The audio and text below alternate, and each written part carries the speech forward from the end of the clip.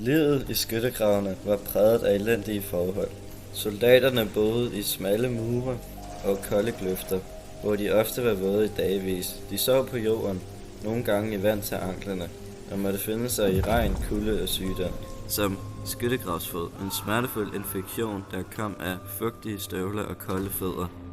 Der var rotter, der spiste af soldaternes mad, og hunde, der gøede. Kæmpe skyttegravene under 1. verdenskrig var en brutal og kaotisk rædselsvækkende oplevelse. Krigen var præget af en ny form for krigsførelse, stillingskrig, hvor soldaterne lå i deres skyttegrav i ugevis, indtil de blev beordret til at angribe.